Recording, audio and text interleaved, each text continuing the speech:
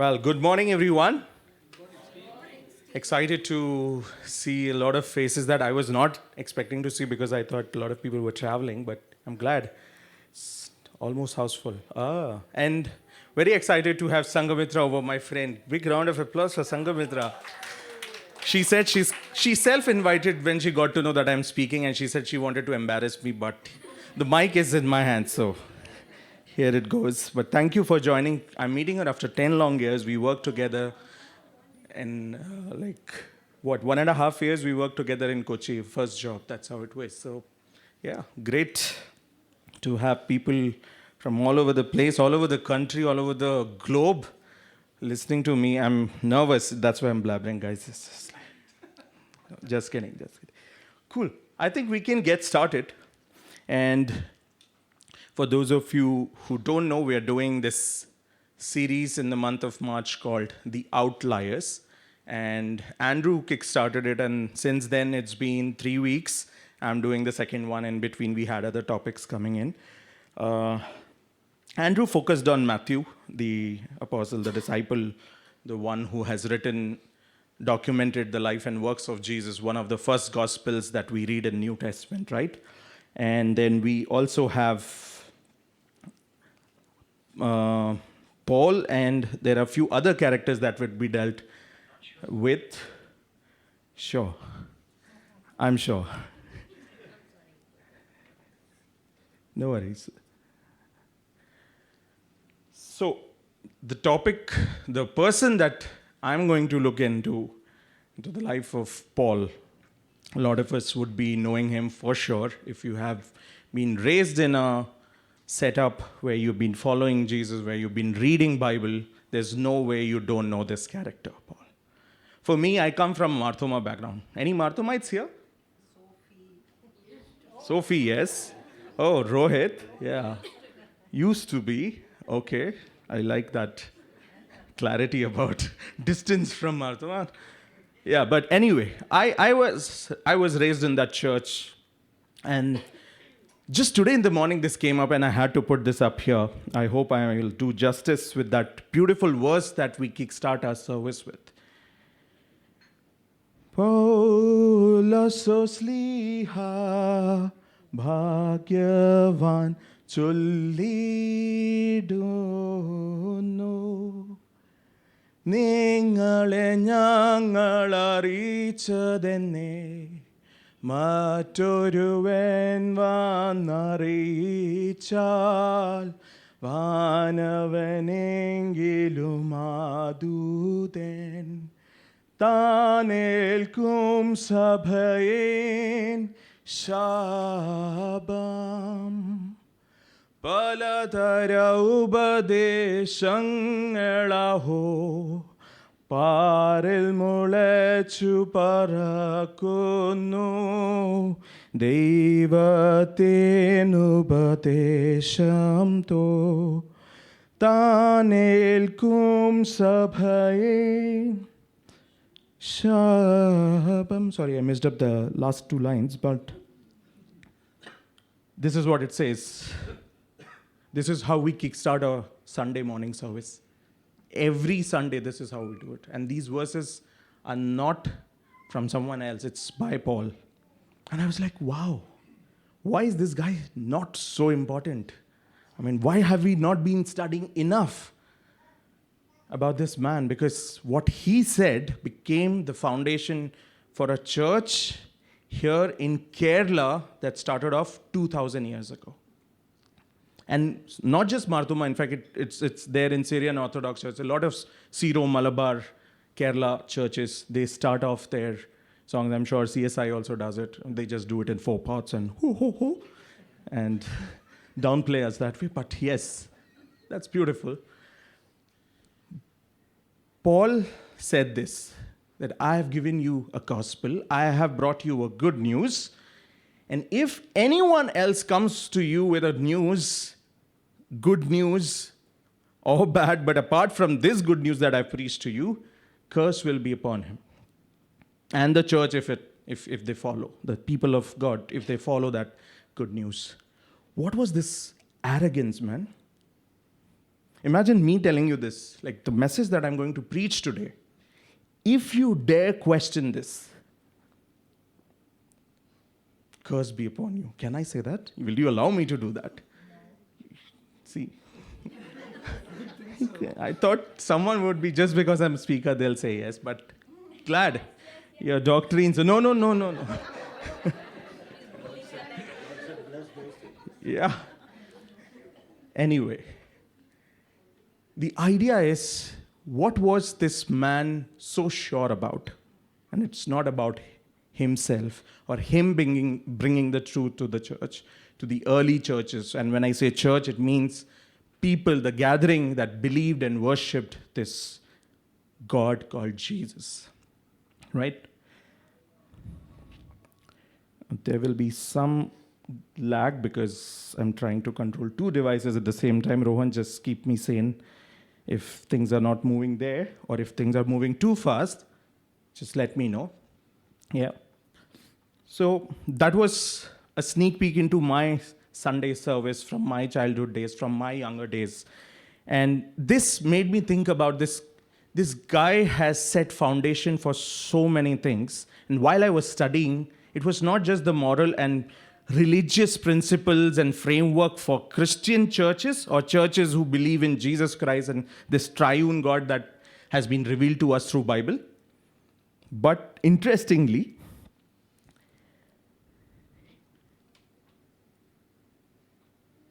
he has also, like while I was doing this study, he's also looked his philosophies, his discoveries and revelations, the truth that he has pieced together, paved ways for a lot of social, legal, and judicial frameworks, mostly for the Western countries, of course, because it's spread across in that direction. But definitely when I take you through a few things, you might be able to relate that how even today, this person's contributions in 2,000 years ago, like around this time of Jesus, this man, he learned something from Jesus, and then he did a few things that helped him become the outlier that we are trying to understand he is. First of all, 13 out of 27 books that's there in the New Testament part of Bible are his letters. His letters to Corinthians, Romans, and different churches that he was mentoring, he was guiding. In fact, a lot of them, he founded them. And he was the visionary who was leading these churches together. And in a day and age where there was no internet, guys. And these churches were spread across 3 different continents. He had a very interesting model of organization and the hierarchy and things that we understand. Rule of law, authority of stewardship. Authority is stewardship. It was from Paul's teaching that people understood that authority doesn't mean that you wield power the way you want. And that it comes from the Lord, it comes from God, and it is a stewardship that you have to take care of this jurisdiction that is under you. This was something that Paul gave to this world, to this modern day systems that run on it. Yeah. He was the architect of modern equality and jurisprudence. If you read these verses where in Galatians 3:28 he says, neither Jew nor Gentiles, slave nor free. Historians say it was this verse that became the basis of the Universal Declaration of Human Rights. That there is no distinction in front of God. Before God, we are all equal. Yeah. And then he championed the idea of internal man and conscience. He spoke about this in several passages, several portions. It's over there. You can look at that and refer to later. He's bringing in this fact that, hey, even if these external circumstances are kind of withering away your external body, your internal man, when you persevere, is becoming stronger and becoming better and mature because it perseveres through these external circumstances. So he brought in this idea of inmost being, inner man, and he revealed that to the outside world as well. Yeah. So now this kind of a man we are trying to read and study, and why is he's there are more things actually. Organizational strategy I was talking about.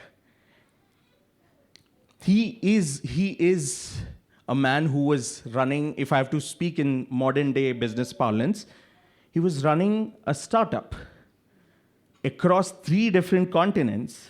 And like I said before, it was not through internet that they were all connected. They were not having a WhatsApp group to say that, hey, what's happening in Thessaloniki? I'm not liking it. They're not sending enough money, or they have been sending good enough money. I need to stop this. No, none of that. He was doing all of this through letters. Again, letters in those age and day and time, it would take a lot of days to reach. That is how it was. But still, he had that good control and command over those 3 continents, the churches in those 3 continents, right? And he had this idea of decentralized leadership. He was like, hey, I don't want to hold back all the power with me. I will appoint leaders locally. People from these different demographics will become leaders, and they will run the show. They will push people. They will encourage people and guide them. He will just share his vision through his letters. And that's how he was doing this. That's why his organizational strategy and the way he was running that startup, so to speak, just for our understanding's sake. And this startup is not easy, okay? If you think running a church or being in a church today is difficult because of all the persecution, brace yourself. We are going to look into that, how difficult it was back in the days of Saul, or this man called Paul. Yeah? It was very difficult because of all the people who were against them. And their own people, Jews, were not able to fathom this idea of Jesus being that Messiah they just crucified, and they were totally confused, and there was chaos all around. And they had to fight internally with their own people, with Jews, and then there's Roman oppression because they didn't want to lose out their empire. They didn't want to lose out their ground. So they are making sure that any upheaval in their region will be suppressed by brute force if required. And we know how it worked out when Nero was the emperor of Roman civilization, yeah? Then he brought in the fact that morality is not about following rules, but character building. And the most famous definition that Paul has given to us as church, and something that even those who do not follow Jesus will not deny, is his elaborate study of what love is, which has become the golden standard of relational ethics. Not just in marriages, not just in families, but generally across, even in organizations, people tend to use that. Where does it come from? It's because of what Paul pieced together. It's because of his preparation, his intense engagement with the text that he was so aware of. Yeah. So such a man who has contributed so much in the history of mankind, why is he an outlier? How is this man an outlier? And for that, we need to understand, like, when I was in there that Sunday when Andrew was speaking, I was listening to his recorded message, and I felt like I should have taken Matthew, but I didn't have the choice. So he gave me Paul, and I was like, it was so much easier for me to relate to this character, Matthew, and the way he's an outlier and the way he became the disciple of Jesus Christ. And I'm sure it would be a common sentiment across this room and generally, because this was a man who was not so elite, just a normal person like a lot of us, if you think you're normal. I am the normal guy. In my head, my definition works that way. So I'm like, hey, I don't do really fancy stuff that people know me across nations or, in my community or anything for that matter. But I might have some devious methods to get ahead in life. And so was Matthew.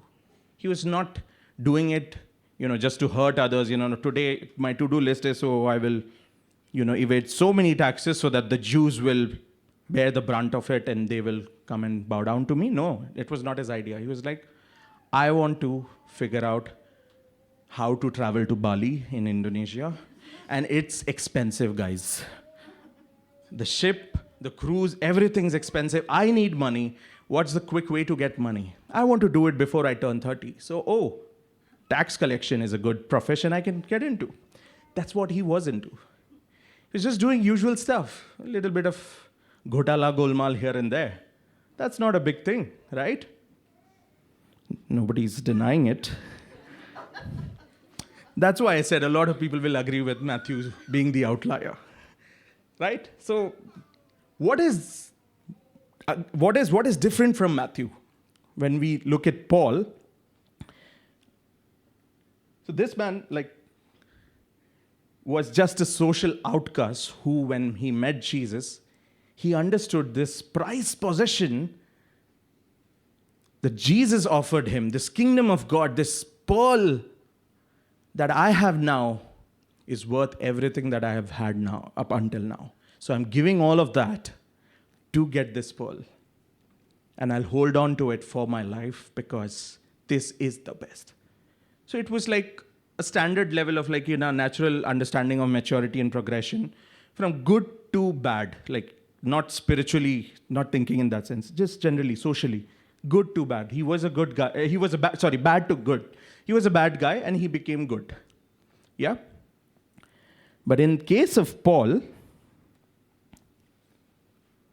he's an elite persecutor of those who were following the way. That's what they used to call Jesus. Because Jesus probably said, I am the way, the truth, and the life.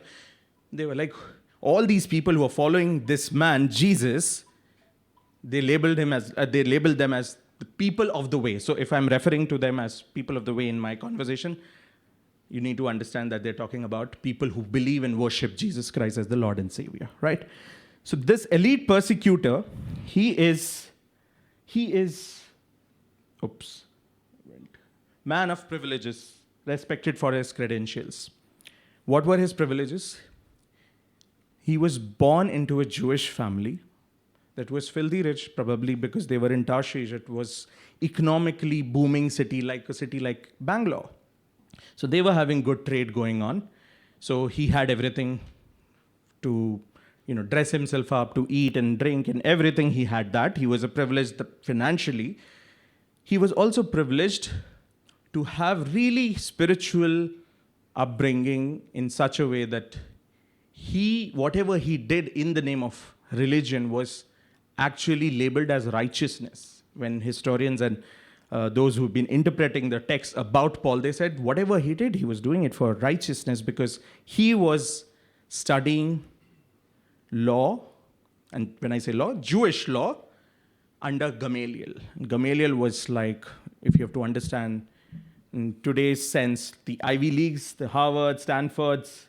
So Gamaliel, this man who was teaching Paul, or Shaul, as his name was, they had two names back in those days, so I'll be interchangeably using that. So Shaul had this teacher called Gamaliel who was like the professor, the top professor from the top colleges today, like the Harvards and Stanfords. So academically, spiritually, financially, he had a different kind of prowess. So he was man of privileges by citizenship as well. How? He was born into Tarshish, which was in the region of Roman civilization, and Roman emperor had special favor towards Tarshish because of its contribution in taxes, in money, and the way they were running themselves. It was kind of very peaceful when considering other regions in Roman civilization. So they had this decree that whoever is born in Tarshish is naturally a Roman citizen. You don't get that privilege. So he was able to travel across because of that citizenship. It's like the passport of Americans are not challenged so much as Indians. What do I do about it? I didn't do anything, but then yes, that's a privilege. So just for your understanding's sake. It's that kind of a setup, right? He's looking at me. He's like, yeah. I'll take you through flashback for better understanding this man called Paul and why he's an outlier. Extra special effects. Yeah. So, young boy from Tarshish. I already told you he was by birth a devout Jew because he was bred into a family that was a devout follower of Jewish traditions and culture. And also, he was a Roman citizen by birth because he was in Tarshish. And yeah, he was a law student under Gamaliel. We saw that. Sorry, my slides are moving a little ahead here. Now, I'm just jumping timelines for our better understanding and to have a focused understanding of why this man is an outlier. So while he was there in Jerusalem, he was studying there under Gamaliel. He understood that this law has given him a certain kind of lens to look at things, and everything made perfect sense through those lenses that he was wearing. That was the Jewish lens, the Torah that he studied. Every page, every stroke on that, he knew by heart. And he understood the context of it.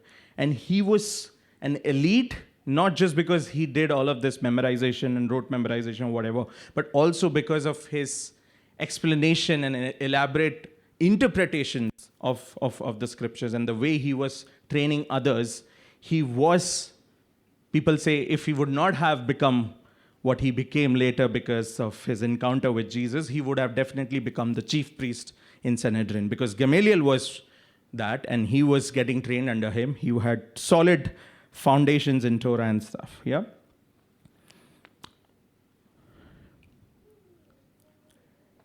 Now, jumping to this episode in Acts chapter 7. So this man is now trying to look at the things happening around. There's this new cult that has been coming up, the cult that says we follow the way. We believe and worship this person called Jesus that you all crucified. But he's not dead. He rose from the dead 3 days later, and he showed himself up to almost 500 witnesses, and in front of them, he ascended into heaven. And therefore, we believe that this man, whatever the promises were there from our God, has been fulfilled in this person called Jesus. Therefore, he's our Savior, he's our Lord, he's our Messiah. And he said he will come back. So we have to go tell everyone, because he, before ascending into heaven, he said, go unto the ends of the world and make disciples, baptize them and make them my disciples, make them my followers, tell them the truth that you have understood. Now you share that with others. So we are doing that. But Saul, being so sure, so clear about his religion, about his faith, about Jewish customs and traditions, he understood that this is a cult. And why did he think so? Because Jews have had a history of wavering, being the waywards. You know, the moment they see something fancy around, to make peace with the cultures around, to make peace and also to make wives from the cultures around, they will immediately take up their gods and goddesses. And they were doing that.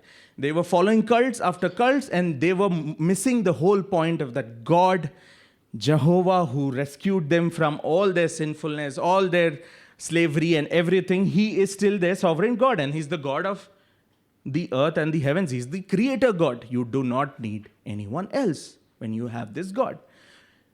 But they kept missing the sight of this almighty God.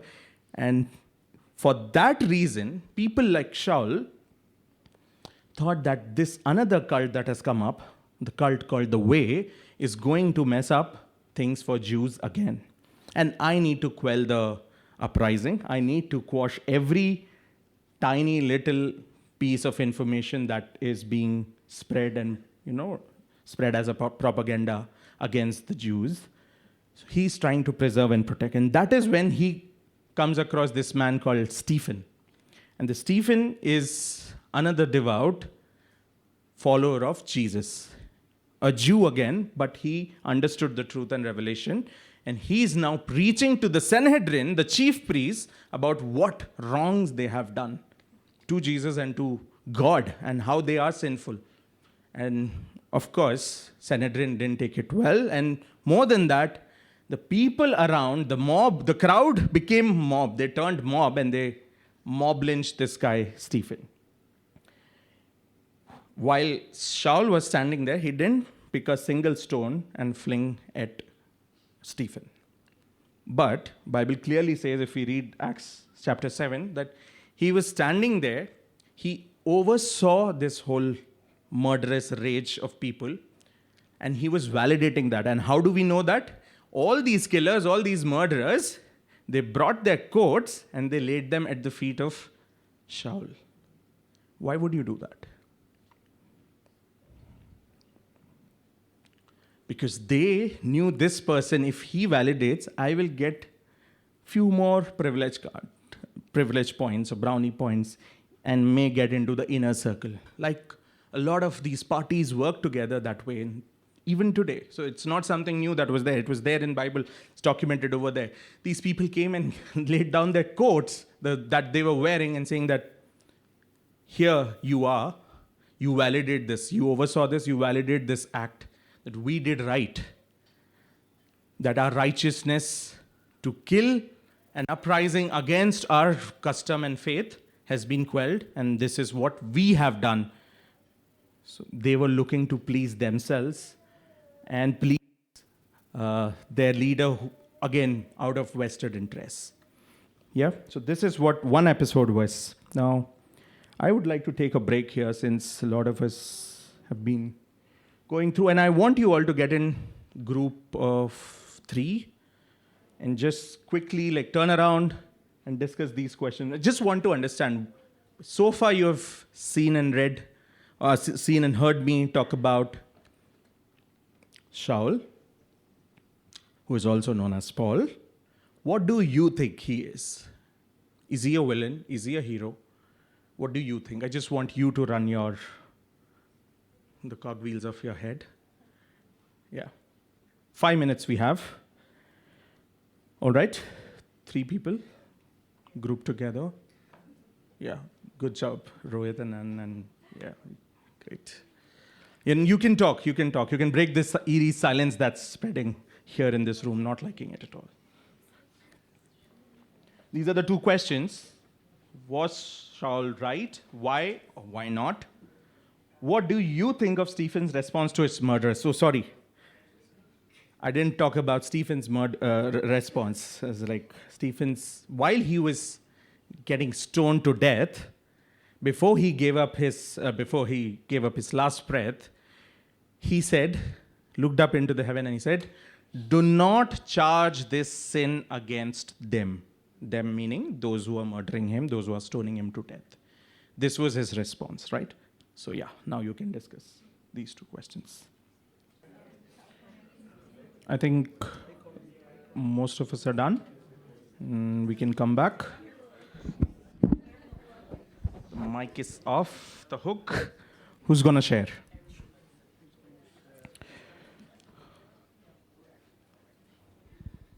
Sarika, you would like to share the answers that you... It's not about being right or wrong, folks. Whatever you folks think, and that is why. It's just for you to understand and for us to understand what you all think, the different opinions in the room. So it's our discussion collectively. What we think is Saul was right in his own experiences, to his knowledge. He was, because of all the wayward nature the community had, acceptance, immediate acceptance of not losing and then being the part of the community and involving and, evolving, exactly they thought. He was right in that way, but he had to really, squint his eyes to look through that, binocular to know the truth, which he wasn't aware. Of course, we can say it now. Stephen can I say the other one? Yeah, sure. Stephen, on the other hand, as what's her name? As she was saying that, and we all agree to also that his response was more like Jesus. Let them go and forgive them. And as we also say, it takes a lot of effort to be forgiving because there's a strength in forgiving. And that's what Stephen was. Saul has to become Paul. All right. There go another message. This side? Anyone? Abhishek, you want to share? Okay, sure.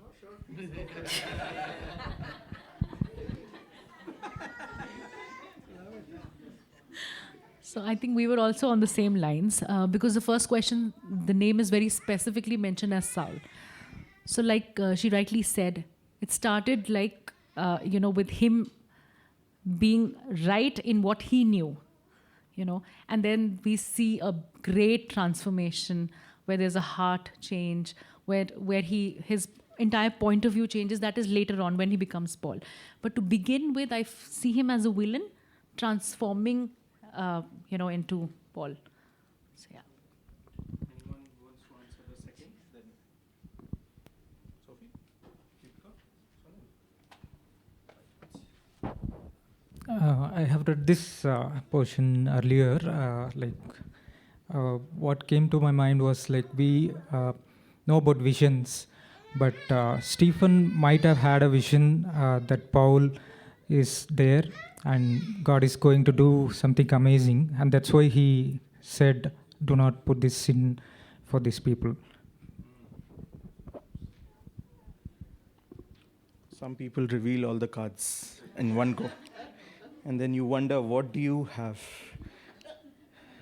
But thank you all for sharing. You can clap for each other. Good. I already heard the answers. They were like too close to me. Didn't intend it to eavesdrop. But yeah, interesting conversations you guys were having. Yeah. So I'll continue with the story. I just wanted you all to kind of think about Shaul and the things that he was doing.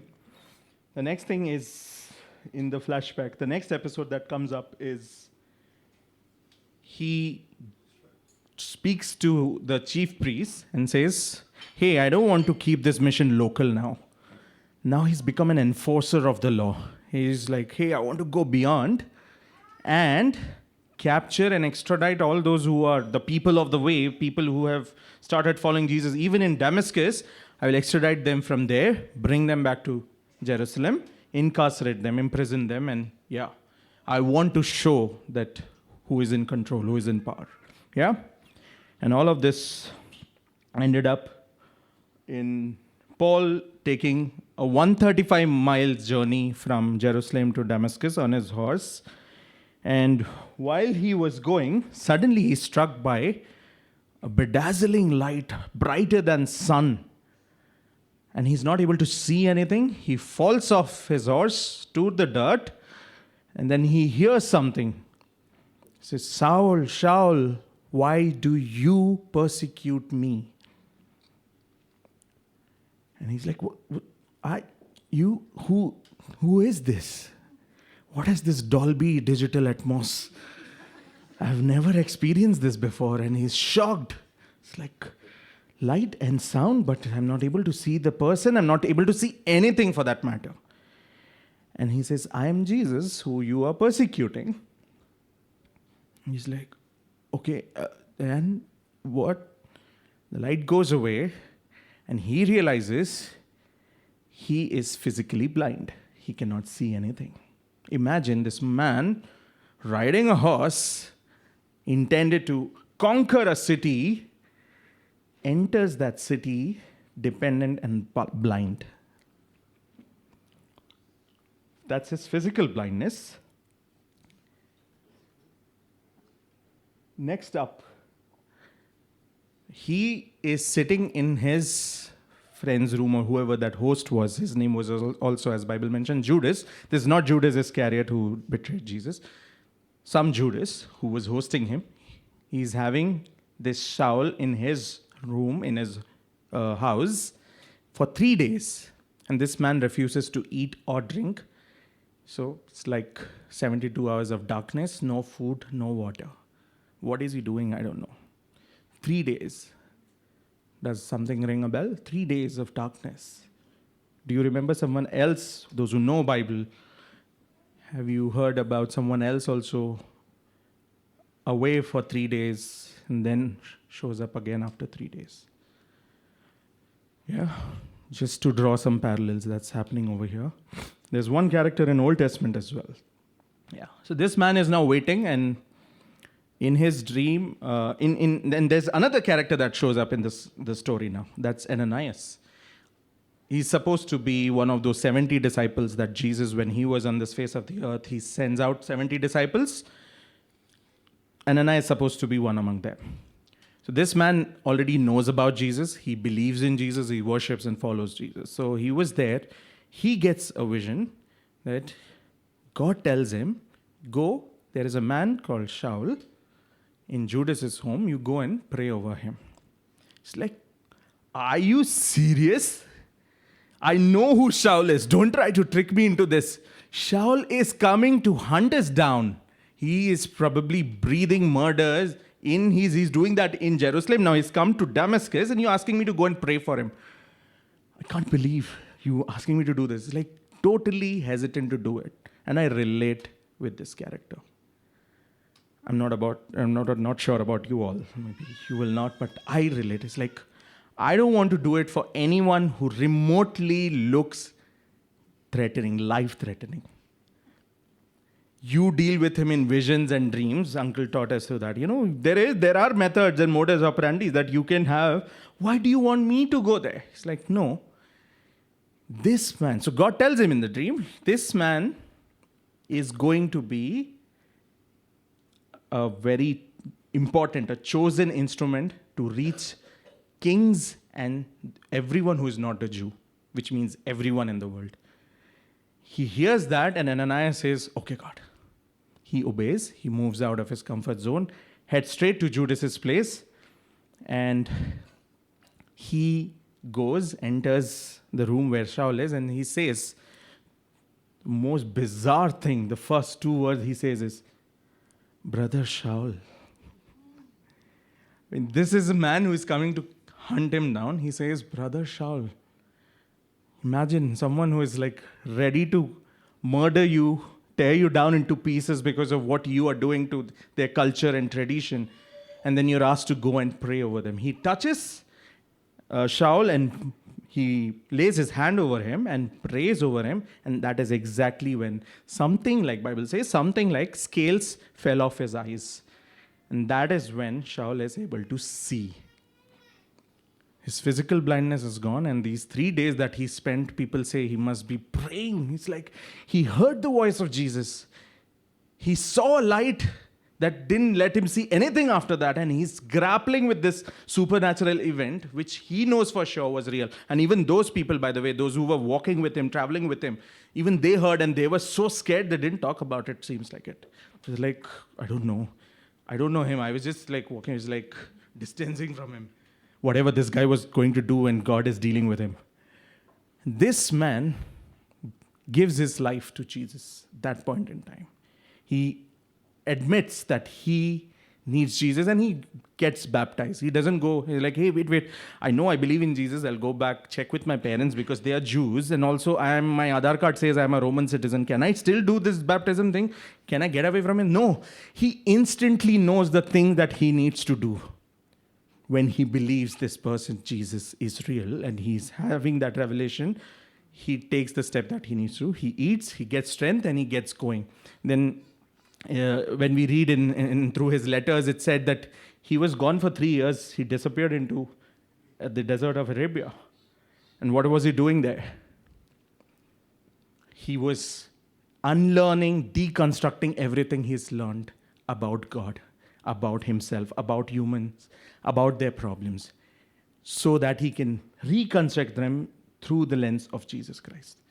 And that is why we have these amazing 13 letters that found their way into the Bible that we have today, into the collection of 66 books, 13 books from just one writer, because he, with his zeal and passion to study the law of Jew, the Torah that he studied, he was able to make sense that every tiny bit is pointing to this one person called Jesus. And here it is. I have this revelation, and therefore I will now go tell others about Jesus. This man was so far hunting down people who were telling and talking and worshipping Jesus. Now he becomes part of this minority that he was trying to hunt down. Yeah. Then comes when he comes back from his time in Damascus, he heads back to Jerusalem and he's trying to get into the inner circle of the disciples and followers of Jesus. And that is where people are like, dude, what is this sting operation that is going on? This Saul, he's hunting down people. He's come into our group. I don't want to talk to him. And it's like, no way. We know, we can easily sense that there is some kind of, spying happening. And that is when Barnabas steps in. Another person who was supposedly part of those first 70 disciples sent by Jesus. He was also supposedly a student of Gamaliel, and therefore he knew Shaul, so he came in contact with Shaul and he understood his story, and he was there to vouch for this person, and therefore he bridged the gap.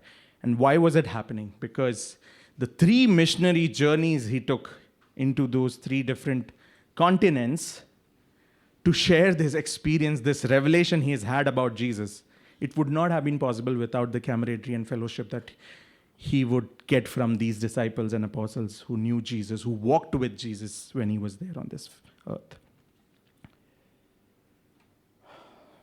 So now, like you all said, he was just defending his faith.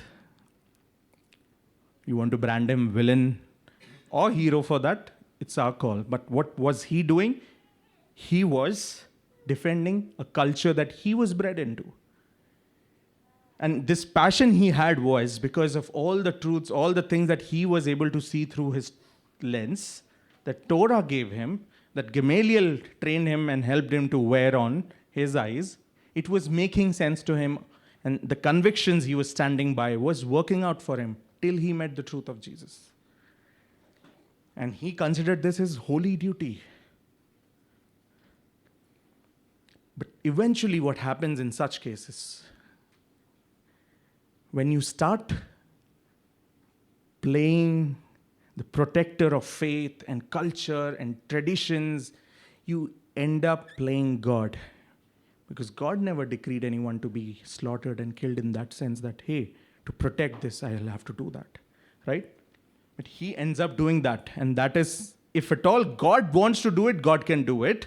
This man took up that throne, pushed God out of that. And in the name of protecting religion, he's like, I need to protect this God that I worship. Without that, God cannot survive or will not be remembered by these humans. So I pledge to do this. And that is what exactly he was doing all along his life till he met Jesus.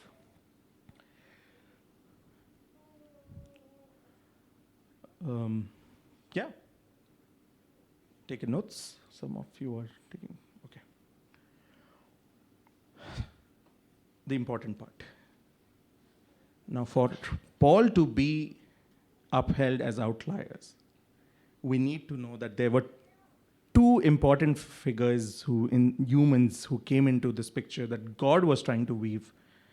And in the great grand scheme of things, Ananias and his obedience was important for Shaul to become Paul.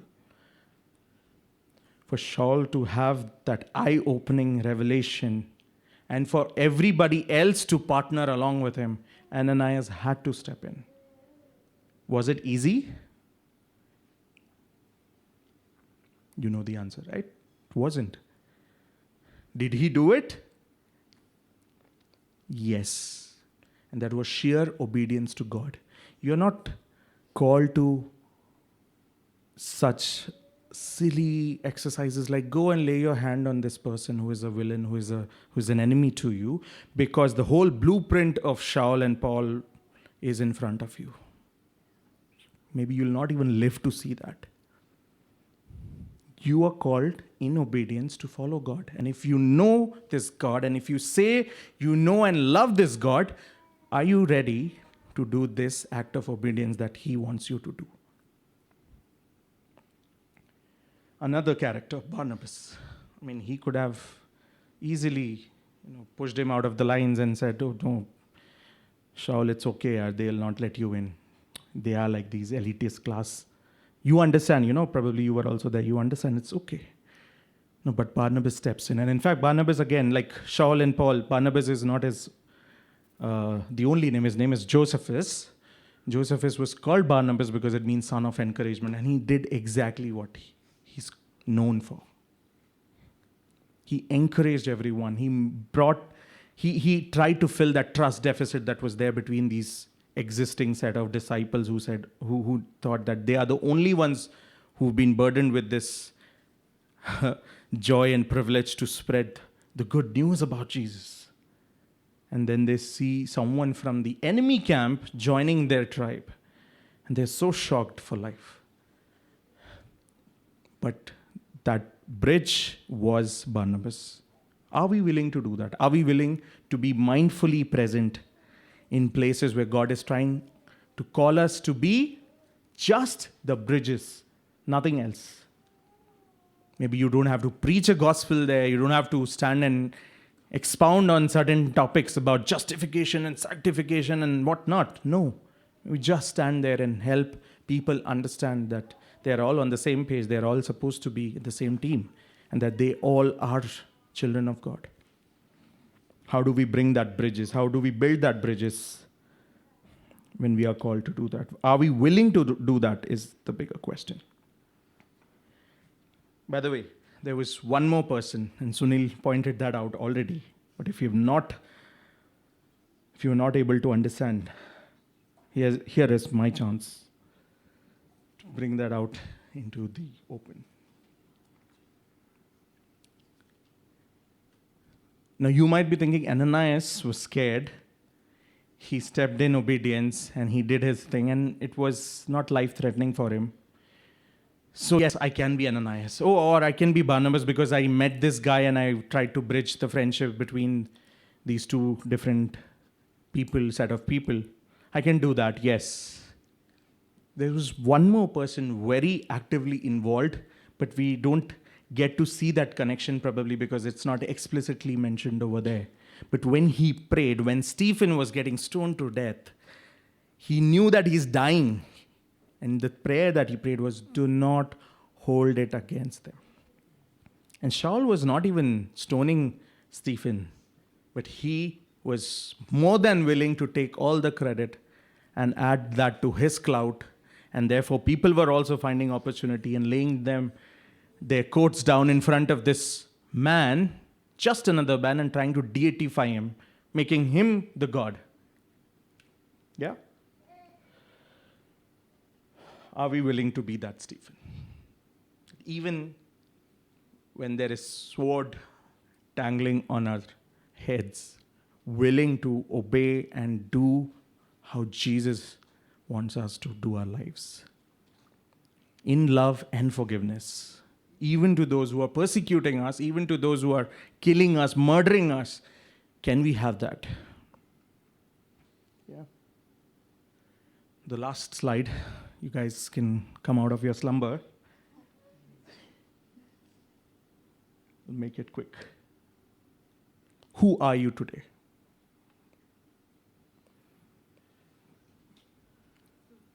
Maybe you are Ananias, obedient to God up to a certain point, cannot compromise safety, cannot compromise your life. And that is where you stop every time. But God is asking you to take that step in faith. And therefore, you will see Shaul's turning into Paul's. Or maybe you will just be called to be that bridge like Barnabas was. Or, like some people believe, only extroverts like Stephen will die the death of a martyr. Nowhere it's mentioned that he was an extrovert. But if you want to believe it and therefore push it away that, if I have to stand for the truth of God, but I do not have the skills of an extrovert, or I am not an extrovert by character and nature, therefore I will pass it and let some extrovert come and do the job. Maybe that donkey extrovert will be a donkey, like in the case of Balaam. And not a human, because God is so fed up of looking for extrovert humans. Yeah? Or maybe you are Shaul. You are an elite. You have your own agenda. You have your own lenses. You think you are protecting God. You are protecting whatever philosophy, religion, culture, tradition that you were bred into.